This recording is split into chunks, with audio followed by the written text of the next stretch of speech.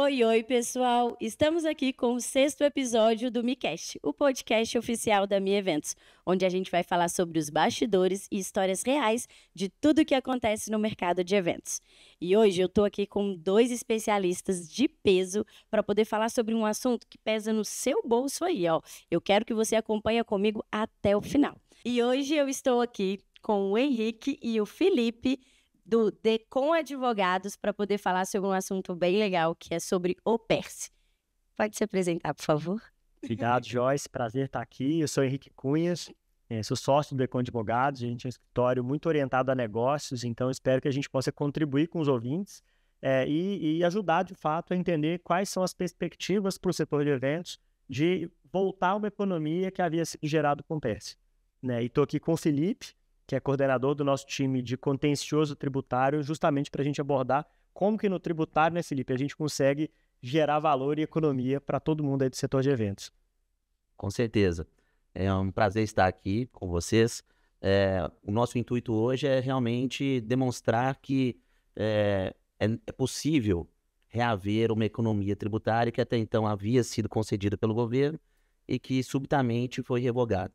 Então, a gente vai poder aprofundar um pouquinho mais sobre o tema, né, de modo que o setor de eventos que foi tão prejudicado durante a pandemia possa voltar a enxergar uma esperança no futuro para reaver essa economia.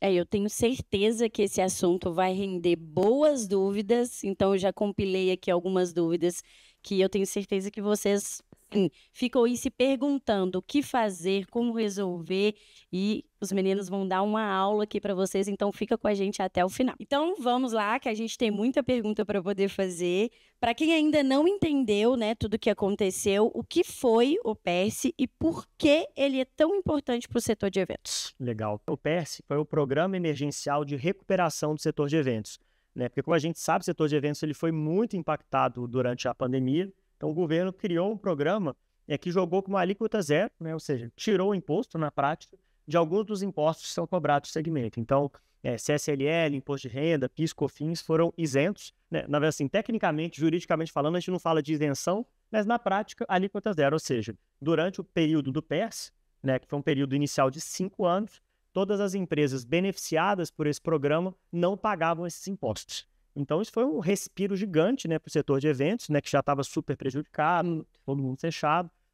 E até março de 2027 estava assegurado que esses impostos eles não seriam cobrados na prática do setor.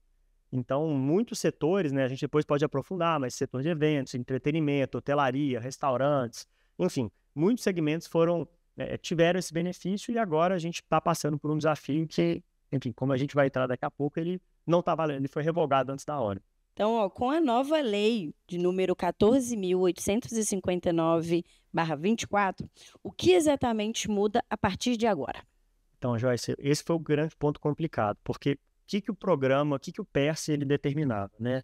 Ele determinava que durante um período que foi de março de 22 a março de 27, as empresas teriam alíquota zero, né? Então, e esses são impostos que pesam muito no bolso, né? Falando, dependendo do contexto, mais de 30% ali de carga tributária, dependendo do caso. Pode chegar a 43,25. 43. É muita coisa. O mercado aí... Já pensou quem aí tem margem de 43,25 aí, né? De lucro, né? Imagina. Cenário lindo. Metade da sua arrecadação indo para o governo. Exatamente. E muita coisa. E aí, o que aconteceu, né? Ele estava assegurado por 5 anos, então as empresas hoje, né, deveriam estar sendo beneficiadas pelo PERSE, mas o governo resolveu mudar de ideia no meio do caminho, né? O governo entendeu, por meio de uma nova lei, que o teto que ele havia, eles comentaram que eles estipularam um limite máximo de arrecadação que eles estavam dispostos a abrir mão, de 15 bilhões de reais. Então, eles falaram, depois que o PERSE foi criado, que, olha, quando bater 15 bilhões, acabou. E bateu, e agora em março de 2025, 2 anos antes do prazo, o PERSE foi revogado. Então, essa foi a novidade que aconteceu recente, né, que foi criado esse teto de gastos, e agora em março, né, então, ou seja, a partir de abril de 25, todo mundo voltou a ser cobrado imposto da carga tributária lá em cima, sendo que a expectativa que havia sido criada lá atrás é que existiria esse benefício até março de 27. Então, do dia para a noite, entre aspas, aqui, né, todo mundo volta a pagar o imposto lá em cima, o que impacta todo o fluxo operacional, né? Porque, pô, ninguém estava esperando, ninguém né? estava esperando operacionalmente, os contratos foram fechados, preço praticado, o mercado estava todo ajustado, inclusive nos preços, considerando a existência do PERS, que agora parou de existir. E com essa revogação, né, total, aí existe brechas jurídicas para a gente conseguir reverter essa situação? Bom, esse que é um ponto interessante, né, que a gente vem trabalhando justamente nisso, porque, assim, em tese, brecha por brecha, não. O governo foi muito claro no sentido que agora acabou. Só que existem dinâmicas no direito tributário, a gente vai aprofundar nisso e tentar fugir do juridiquês, tá, pessoal? Vamos tentar falar aqui da forma mais simples possível, e daqui a pouco a gente aprofunda nisso, que nos permitiram criar uma tese, né, para a gente ir para a justiça e questionar essa determinação do governo. Então, na prática, é como se a gente tivesse encontrado uma brecha, né, que nos permite buscar voltar com o PERS para todo mundo, né, que teve o PERS revogado. Então, a gente está no momento agora realmente para todas as empresas que a gente consegue construir essa tese, né, a gente poder brigar, né, lutar para a gente poder buscar o retorno do PERS e garantir o benefício até o prazo original de março de 2027. Então, isso tudo está na mesa agora para a gente poder discutir. Apesar do judiciário brasileiro, a gente sabe como é que é, né? Vai e volta, a gente até vai contar uns causos aqui daqui a pouco. Então, essa é até uma pergunta que eu ia complementar, é que as empresas que ainda não tiveram o PERS, elas ainda têm essa possibilidade de conseguir? Não exatamente, Joyce. O que acontece? As empresas que a gente está conseguindo agora voltar com o PERS, né, que daqui a pouco a gente explica como é que isso funciona, são as empresas que já tinham que ter aderido ao PERS lá atrás. Ah, tá. Então, quem já tinha aderido ao PERS lá atrás, ia depender de alguns contextos, que daqui a pouco a gente explica, a gente pode tentar evitar a revogação, né? A gente tentar fazer com que o benefício tributário ele siga sendo concedido. Mas até 2027 também, né? Até 2027. E passou disso, acabou. Acabou. Mas as empresas que não tinham aderido ao PERS lá atrás, infelizmente, elas não podem usar esse momento agora para tentar começar a ter o benefício. Só para quem já tinha assegurado, vai muito na linha de, assim, o combinado com essas empresas já era ter o PERS, né? Acabou antes da hora, a gente busca voltar. Não existe a possibilidade de quem não tinha aderido passar a aderir ao PERS. Infelizmente, isso não tem como. E hoje, quais são os principais riscos de continuar operando como se o PERS ainda existisse? Na prática, o governo não vai deixar a gente operar como se o PERS continuasse existindo, né? Porque o imposto, o governo foi em cima e já começa a cobrar esse imposto. Então, um problema grande, né, que as empresas que, assim, de certa forma, se organizaram como se o PERS fosse continuar existindo, isso gera um rombo financeiro gigante, porque toda a rotina operacional, contrato com clientes, com fornecedores, foi considerando a existência do PERS. Então, as empresas que não conseguirem reaver o benefício e não conseguirem se readequar a essa nova realidade, né, se elas tiverem que começar a pagar o imposto antes da hora, elas vão ter um problema de gestão até de fluxo de caixa, né? Porque, no final das contas, existia uma economia na prática muito grande com o PERS, essa economia ela deixa de existir. Então, as empresas que não conseguirem se reorganizar, se remanejar para tentar buscar uma alternativa, né, muitas vezes elas vão se deparar com uma situação super delicada de cortar margem, de acabar a margem de lucro.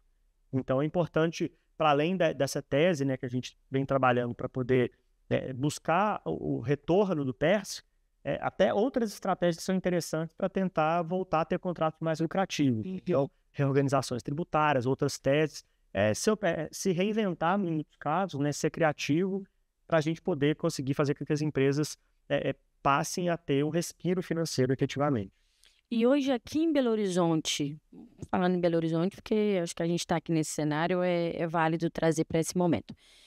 Tem muitas empresas que faziam parte do PERS e hoje ainda não entraram com esse processo. Como que está sendo a realidade aí? Sim, a gente tem conhecimento que, além dos clientes, né, que o escritório já tem atendido, mas a gente tem conhecimento, sim, que outras empresas, inclusive associações, né, têm nos procurado também para poder respaldar esse direito, né, de não ser exigido dessa contribuição, desse pagamento desses tributos de forma antecipada, né? E aí, complementando a sua pergunta anterior, o risco disso, né, de um eventual não pagamento desses tributos é a autuação.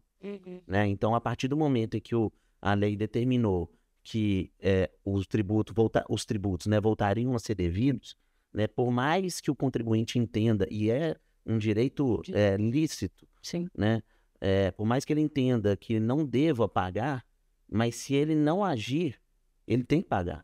Porque o tributo, ele tem esse caráter compulsório. Ele não parte do contribuinte, hoje eu tenho um desejo de pagar tributo. Né? Não, né? A lei te obriga a pagar. Né? Então, caso não pague, né, isso gera o quê? Autuação com cobrança de multa e juros. Né? E uma autuação, dependendo da forma como ela se dá, isso traz uma série de outras consequências para a empresa. Sim. Né? Porque às vezes ela pode ficar sem certidão, né? E aí a gente sabe que o mercado hoje ele exige uma certidão, né, de débitos. Né? Então você ficar sem uma certidão de débitos federais é uma coisa complicada, não só em relação ao fisco em si, né, que futuramente isso pode gerar uma execução fiscal, bloqueio de contas, uma série de outras questões, né, mas pode gerar uma questão também mercadológica mesmo. Né? Às vezes, se uma empresa precisa de um financiamento junto ao banco, né, o banco exige uma certidão e não vai dar o financiamento. Né? Então, tem vários desdobramentos, né, o não recolher o tributo. Né? Então, pode atrapalhar até captar clientes, né? Exatamente. Então, assim, o que a gente recomenda realmente, né, é que as empresas procurem o quanto antes, né, se socorram ao Poder Judiciário, porque essa é a única forma, né, de realmente resguardar o seu direito sem com que haja essas implicações negativas. Você já até respondeu a próxima dúvida que eu iria fazer, que é quais caminhos, né, jurídicos que a galera poderia fazer para poder ter essa recorrência.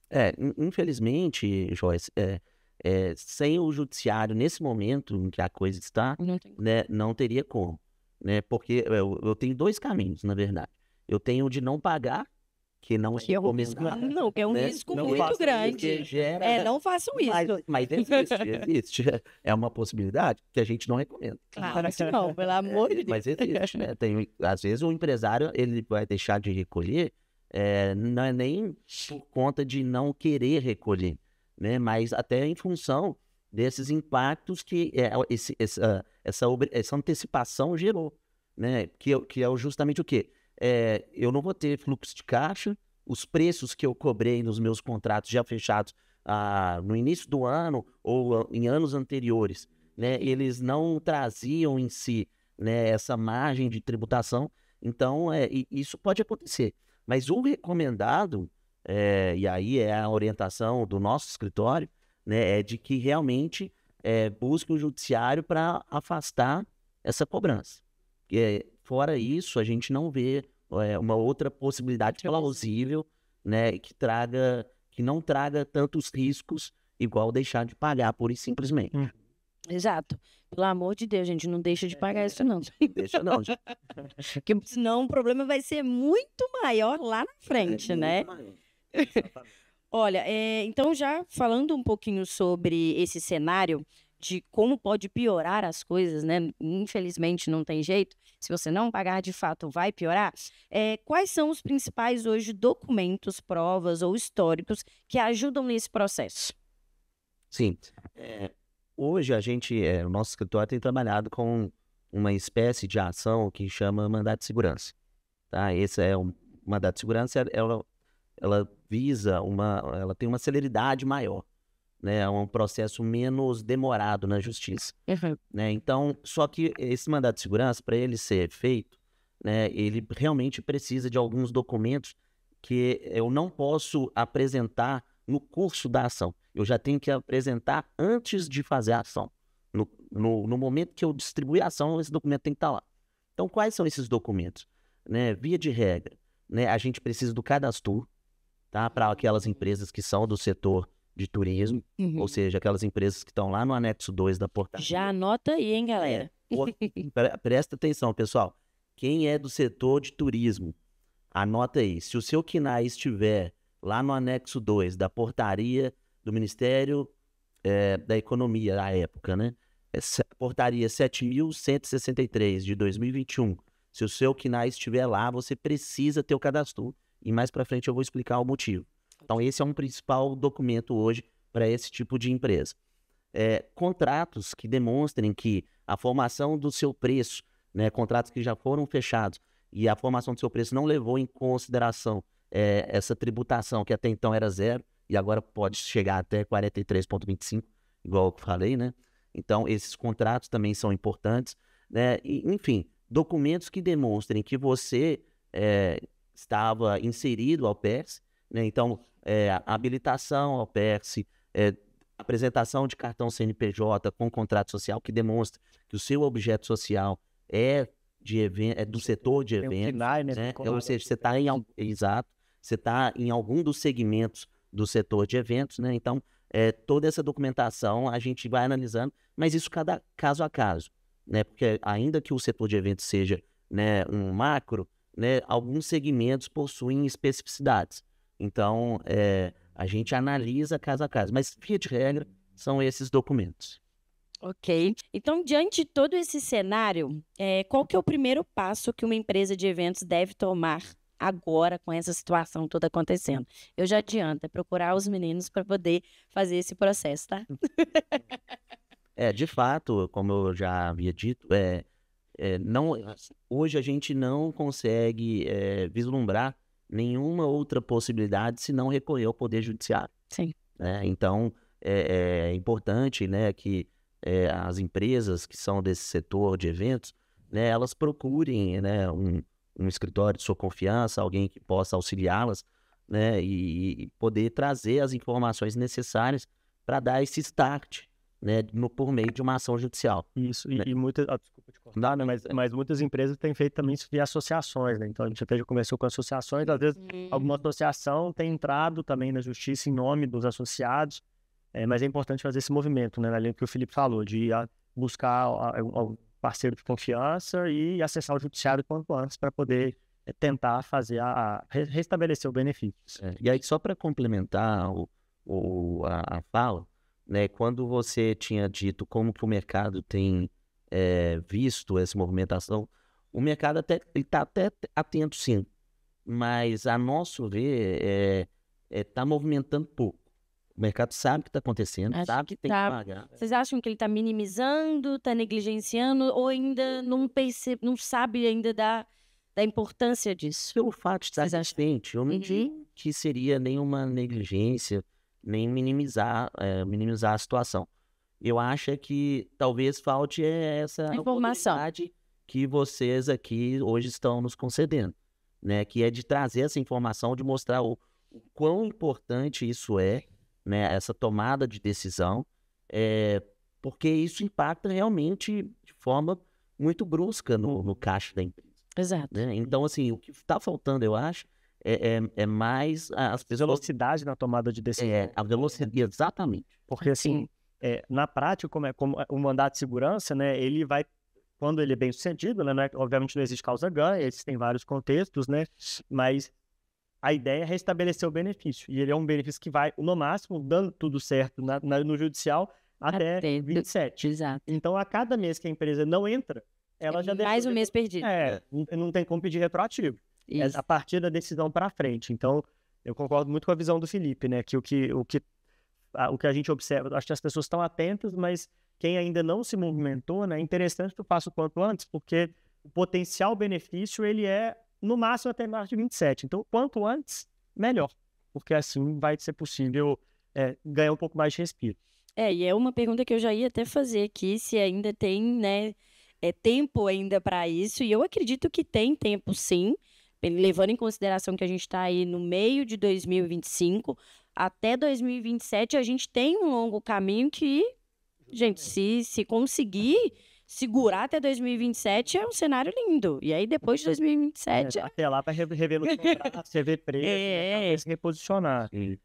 Então, gente, fique atento. O melhor dia foi ontem, o segundo melhor dia é hoje. Né? Exato. Assim, todo mês a economia, qualquer momento é bom, né? Mas exatamente. Quanto antes, mais legal. Exatamente. Na prática, toda empresa do setor pode entrar com esse pedido ou algum critério específico, o que mudou? Conta pra gente. Até então, até ontem. Literalmente, né? Literalmente. Ontem? Dia Ontem, 11 de junho, para quem estiver ouvindo né? depois, 11 de junho de Para quem 2025.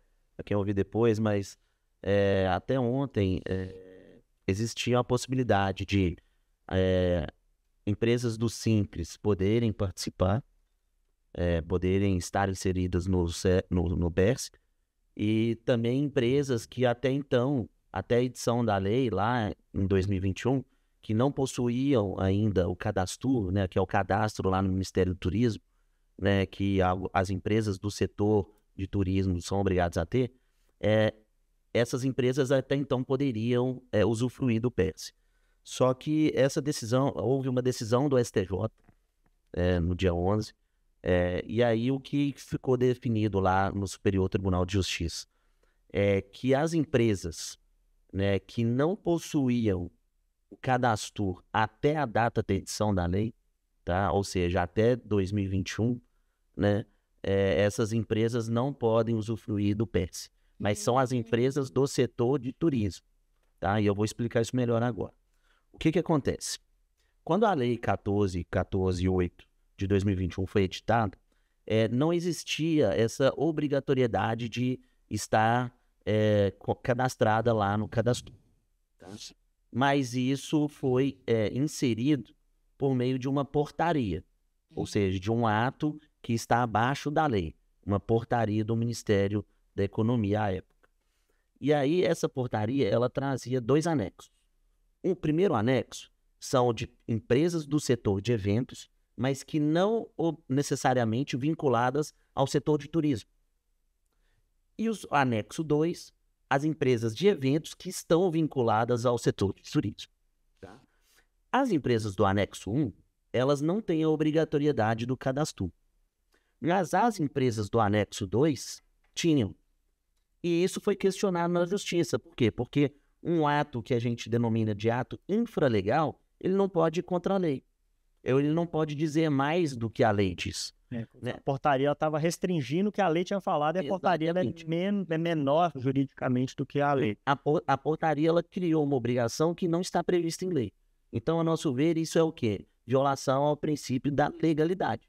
Que eu só posso estar obrigado a algo que esteja previsto em lei. E se a portaria não é lei, em tese, eu não estaria obrigado a isso. Mas, infelizmente, né, o STJ teve essa decisão, né, e aí restringiu a aplicação do PES para as empresas do setor de turismo que já tinham o cadastro à época da edição da lei lá em 2021. Então, as empresas que não tinham, tá, elas infelizmente não vão poder não vão poder usufruir do PES. Quais são as empresas do anexo 2 lá, que estavam previstas lá no anexo 2 da portaria? Bares, restaurantes, agências de turismo, empresas que mexem com venda de material esportivo, por exemplo. Né? Então, assim, existe um rol de quinais lá, um rol das atividades que eram obrigadas a ter esse cadastro. Né? Então, essas empresas, infelizmente, não vão poder aproveitar a partir de agora. Apesar de que a gente entende que isso cabe recurso, né? Isso deve chegar até o STF, né? Porque é uma questão constitucional. Mas hoje a situação é essa. E da mesma forma, as empresas do Simples Nacional, e aí independentemente se ela está no anexo 1 ou no 2, tá? Elas também não vão poder usufruir do PES. Isso aí realmente a gente vê com bastante pesar, né? Pesar. Porque assim, até ontem, mesmo as empresas simples, presumido lucro real, simples até então, a gente estava sendo possível entrar na justiça, impetrar o mandato de segurança, buscar realmente. Com essa decisão de agora, teve uma restrição. Então, hoje, né, só lucro presumido e real poderia tentar essa via judicial para buscar reaver, né? Então, justiça brasileira, a gente sabe como é que é, até o dia você vira voltas, né? Então, hoje, esse é o isso é importante a turma saber disso também, né? Quem estiver simples, infelizmente. Então, assim, hoje, o que a gente, se fosse para resumir, o que eu posso dizer é o seguinte: as empresas vinculadas ao setor de turismo no PES, para elas aproveitarem o PES, elas precisam ter o cadastro antes de 2021. As empresas que são do setor de eventos, mas que não são vinculadas ao setor de turismo, e aí vou dar alguns exemplos, que estão no anexo 1 lá. Hotéis, empresas que mexem com promoção de eventos, e aí promoção de eventos de uma forma geral, que eu acho que deve ser uma grande parte do público aqui nosso, né? Então, essas empresas, elas não têm essa obrigatoriedade do cadastro. Tá? Então, legal. Isso para elas é um ponto positivo. Bom, tá? Que não teria já essa esperança aí. não teria essa obrigatoriedade. Então assim, por isso que a gente está falando dessa questão de buscar informação, de buscar uma orientação clara, porque são nuances. Sim. E por isso que a gente falou no início aqui, né, que tem que analisar de acordo com cada segmento. Porque, às vezes, por exemplo, um restaurante, se ele já tinha um cadastro lá em 2021, ele pode pleitear. Sim. Agora, se ele não tinha, não pode. Mas uma empresa, por exemplo, que mexe com promoção de eventos, ela precisa ter o cadastro? Não. Então, assim, isso vai variando de acordo com os segmentos. Por isso que é importante realmente buscar um profissional de confiança para que possa trazer essas elucidações. E para trazer ainda um pontinho mais ainda de esperança, vocês já viram isso acontecer na prática, de conseguir alguma empresa de eventos, seja de promoção, né, ou alguma outra que ainda continua dentro, conseguir esse benefício? Como que está sendo? Sim. Traz esperança para nós. Sim, a gente tem visto casos em que as empresas, a gente conseguiu, né, ter essa decisão, legal, o benefício, então tem esperança. Bom aí, ó, gente, tá das restrições, né, que estão sendo colocadas. Exato, e por isso que é bom quanto antes procurar os meninos, tá bom?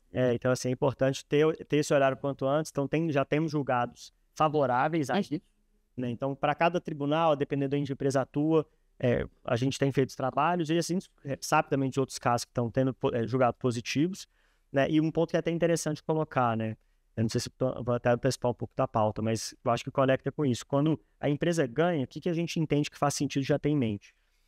Como existe ainda essa incerteza, né, sobre qual vai ser o futuro, se lá na frente a Receita vai querer mudar de ideia, se o Judiciário vai mudar de ideia, o que a gente está indicando? Então, isso é uma dica aí para quem conseguir o benefício da Justiça, o que a gente entende que faz sentido ter em mente. Em tese, conseguiu na Justiça, zerou a alíquota, tá tudo certo, pode voltar a ficar mais tranquilo até março de 27. Como estamos no Brasil e não custa nada para em 27 o Judiciário mudar de ideia, enfim, as pessoas voltarem atrás e quererem cobrar retroativo, apesar de que a princípio não existe nada claro que nesse sentido, o que é uma estratégia conservadora que vale as pessoas terem em mente? Se possível, se a empresa está com capital de giro legal, deixa esse dinheiro provisionado, guardado, deixa rendendo, né, por precaução, e se não, pelo menos você ganhou capital de giro. Então, roda essa grana, pode usar, mas tenha em mente, né, que existe uma chance de lá na frente ter que ter uma restituição, né, só que aí sem multas, etc. Então, é importante ter isso em mente, mesmo quando a gente vê a vitória, é importante ter cautela, né, claro. Porque no Brasil, infelizmente, a gente tem um cenário que tem uma B, C, D. Então, tô com a grana tranquila, tô economizando, deixa a grana guardada rendendo, lá na frente, tendo certeza que tá tudo certo, tá com caixa legal para usar. Tô com o fôlego apertado aqui, usa o capital de giro, tá ganho em processo, mas saiba que lá na frente pode assim. Então, no pior dos casos, né, quando a empresa ganha, é como se ela tivesse, então, no melhor dos casos, tá isento, tá assim, a alíquota zero, o imposto não vai ser pago, tá tudo beleza. 2020 adiante. Beleza. No pior dos casos, né, tendo ganhado o processo, é como se tivesse ganhado um capital de giro, como se fosse um empréstimo ali, usa o dinheiro, mas depois pode ter que devolver, né? Então, uma poupança forçada. Então, a gente gosta de alertar também que mesmo na vitória, é bom ter essa cautela, mas que no pior dos casos ainda é bom, né? Porque é um capital de giro que a empresa não teria, então dá para trazer fôlego para operação, investir, reinvestir e crescer.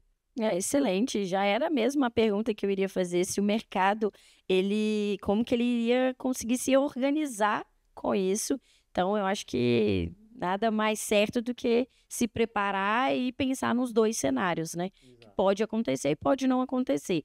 Então, se preparem, se organizem, que isso é importante para o seu negócio, para não chegar lá em 2027 e tomar um susto e falar, olha, eu não sabia. Sabia sim. Exatamente.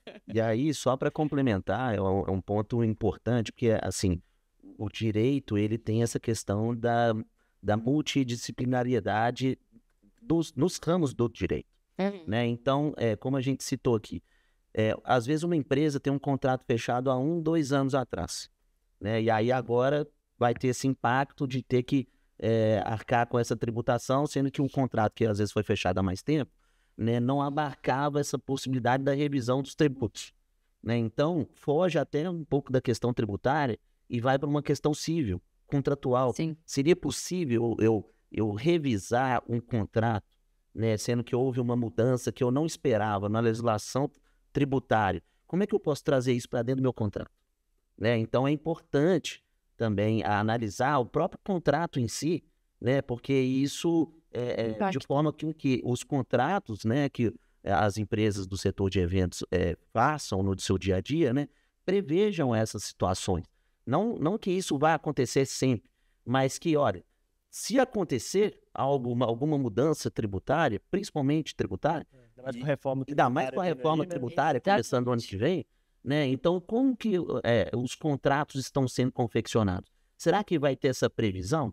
Se eu tiver um aumento de carga tributária, eu vou poder rever o meu preço? Posso chegar no meu cliente e falar, pô, agora mudou a regra, eu vou precisar aumentar preço? Exatamente. Então, assim, colocar isso agora. Então, assim, então são os ramos do direito, eles conversam entre si. Sim. Né? Então, é importante que o empresário ele tenha não só esse viés da economia em si, né, mas até uma mitigação de um eventual prejuízo que possa acontecer por conta de uma mudança legislativa. Né? Então, isso é importante trazer também. Né? Então, isso é um ponto que, né, a gente tem esse zelo lá com os nossos clientes, né, porque a gente consegue, né, enxergar a questão como um todo e não pontualmente. Não, vamos só fazer o mandato de segurança ali e aí vai resolver. Não, mas vamos estancar o problema também. Né? Sim. Então, tem que ter esse trabalho preventivo também. Né? Eu acho que é um dos mais importantes, né? Ter esse trabalho preventivo para poder se assegurar do que pode vir, porque é até a próxima pergunta que eu quero fazer para vocês, que é assim, mas era até a pergunta que eu quero fazer aqui para vocês, que existe alguma chance do PERSE voltar ou algo parecido assim a ser criado, algo parecido que assim, como que eu vou dizer? Que até bugou minha mente aqui. Entrado em benefício, algum tipo de incentivo. Que assim, oferece essa ajuda, esse auxílio, talvez com menos, o valor sendo, né, mais baixo, mas que ajude o mercado a continuar com algo que dá uma alavancada. Porque, de fato, a pandemia foi durante uns 2 anos aí, mas o setor de eventos continua sendo prejudicado até hoje. Voltou com muito peso, mas ele ainda sente os efeitos até hoje. Com certeza. Assim, o que a gente vem observando cada vez mais é que, na verdade, a tendência é de aumento de carga, né? Então, a gente não tem uma sinalização de nenhuma pontinha de esperança, né?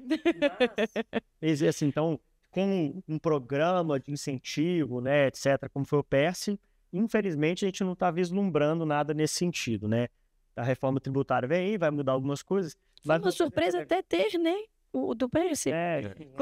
Quando aconteceu, foi até uma surpresa. Então, mas uma coisa que é legal ter em mente, que além dessa tese, por exemplo, do PERSE, que a gente tem conversado, existem outras oportunidades tributárias, às vezes, de tentar ter algum tipo de economia. Então, não como um programa do governo, mas muitas vezes existem discussões que vale a pena, igual do PERSE, vale a pena, né, Felipe, levar para a justiça para tentar trazer um benefício. Certo. A título de exemplo, né, pegando esse gancho, eu posso citar 2 teses que são bastante em voga, né, e assim, e elas estão na iminência de serem julgadas pelo STF.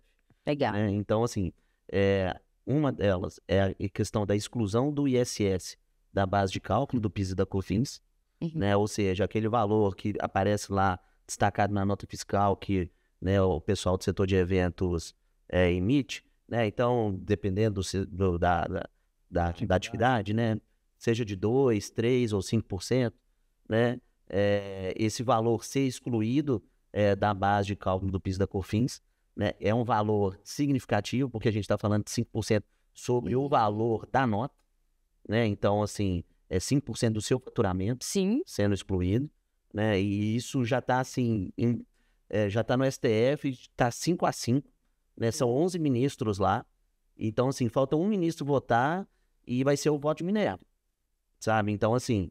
O que vocês acham que vai dar? Olha, eu tenho esperança. Nesse caso, eu tenho esperança. Pelo seguinte, o ministro que falta votar é o ministro Luiz Fux, tá? E aí, o que acontece? Quando teve a tese do século, né, que foi a exclusão do ICMS da base de cálculo do PIS e da COFINS, ele votou de forma favorável aos contribuintes.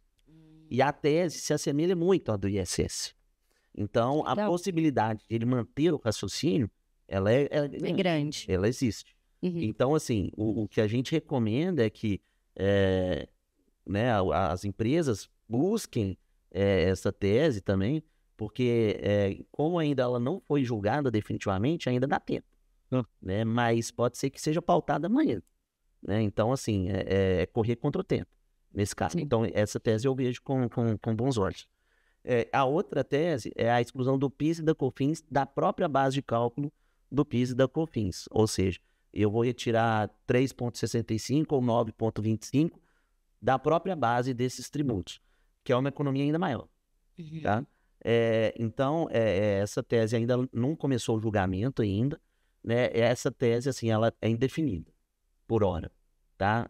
Mas o risco de você procurar o judiciário, ele é mínimo nesse caso, né? E é até importante trazer isso aqui, porque não só em relação a essas teses, mas em relação ao próprio PERSE, né? O custo que você tem para movimentar o judiciário, ele é baixo, né? Nós estamos falando aí de custas processuais que são abaixo de R$1.000, né? Para entrar com o processo. Para ingressar com a ação. Então, assim, R$1.000 perto de algo que pode trazer uma economia de 100, 200, 300, 500 mil, né? O valor, ele fica irrisório. Exato. Né? Nesse aspecto, porque assim, normalmente quando você vai fazer ajuizar uma ação, um processo na área civil, por exemplo, normalmente isso é uma custa do tribunal, né? Não é nem honorário. É vinculada muitas vezes ao valor da causa. Então, se a gente está falando da economia milionária, se fosse em outros casos, seria um valor de custa de tribunal alto. E não é o caso de mandado de segurança. Né? Porque na Justiça Federal você tem um teto do valor das custas em mandado de segurança, que é de R$957. Então, assim, é um valor módico perto da economia que isso pode vir a trazer. E o mandado de segurança ainda tem uma outra vantagem, que é a questão de não haver condenação de sucumbência. Ou seja, você não é obrigado, caso você perca, você não tem que pagar honorários por outra parte. Exatamente. Então, assim, é o melhor dos mundos. E é o melhor dos cenários, né? Por isso que a gente recomenda tanto, olha, vai para o judiciário. A pessoa que não fizer isso, ela tá abrindo mão do próprio direito que ela tem e sendo prejudicada de alguma forma, né? Exatamente. Porque por mais que não tenha causa-ganho, né? Também não tem nada a perder. Exato. Perde pouco. Exato. O potencial de benefício. E com tudo isso, gente, fica o alerta para vocês se organizarem. É muito importante esse alerta que a gente está trazendo aqui para vocês, porque tem um impacto muito grande no final das contas. Então, se você pode se organizar para poder fazer isso acontecer, não perde tempo. Porque, igual os meninos estavam aqui falando, um dia já passou. Um mês depois, quando assusta, é mais um mês que você vai ter que pagar. Então, não perde mais tempo, ok? Então, meninos, é o seguinte, se vocês pudessem deixar um único alerta para quem nos ouve agora, qual seria? Eu acho que quanto antes, né? Eu acho que agiu quanto antes. Eu acho que esse que talvez seja a palavra da vez, né? Assim, empreender no Brasil é muito difícil, né? Em todo segmento, setor de evento é um baita de um desafio, né? Passou por desafios enormes, então qualquer oportunidade que tiver para tentar trazer fôlego, eu acho que vale a pena ser olhada, avaliada. Então, eu entendo que seria esse o nosso recado, né? Buscar informação, buscar um parceiro de confiança, conversar com o seu jurídico, ou com a associação a qual você, porventura, esteja associado, para entender se você ainda não aproveitou isso, se é um caminho possível, porque, de fato, pode ser muito interessante fazer isso. Ótimo. Acho que essa questão da informação ela é crucial, né? Porque às vezes se o seu concorrente ele ingressa com uma ação, obtém uma economia e você está lá com um preço mais alto, né? Você vai perdendo de Você vai perder o cliente. Exatamente. Né? Então, assim, aí até retomando uma parte da conversa, quando a gente disse, né, se o pessoal tá minimizando a questão ou se está displicente, né, eu acho que o pessoal tem que buscar essa informação para ter noção do impacto que isso gera no negócio, né? Então, o que a gente está vendo é que, por mais que o pessoal esteja atento, né, mas a ação de dar o passo 2, Samada. esse passo do 1 para o 2, eu acho que ele está um pouco demorado. Então, assim, a recomendação tome o passo 2, sabe? Então, assim, porque o conhecimento a gente está buscando trazer, vocês aqui, né, estão abrindo as portas para a gente aqui, para a gente, né, poder conversar frente a frente, né, com todo o segmento, né, mas eu acho que essa questão do passo 2, né, que eu acho que está um pouco mais morosa. E aí, quem perde é a própria empresa, né, porque às vezes o concorrente está esperto, já está correndo atrás e vai ganhar em fôlego de caixa, em eventual preço e eventual contrato que venha fechar, né? Então, é esse tipo de atenção que a gente recomenda para as empresas do setor de eventos que tem que ter, porque a gente sabe que o mercado de eventos é um mercado concorrido. Isso é. E para finalizar, então, onde as pessoas podem acompanhar mais dos conteúdos de vocês e buscar essa orientação?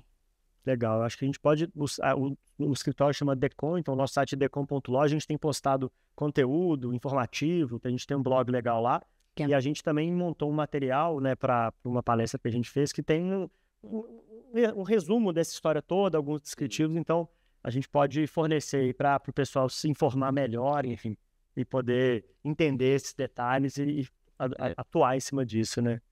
O site é decom.law.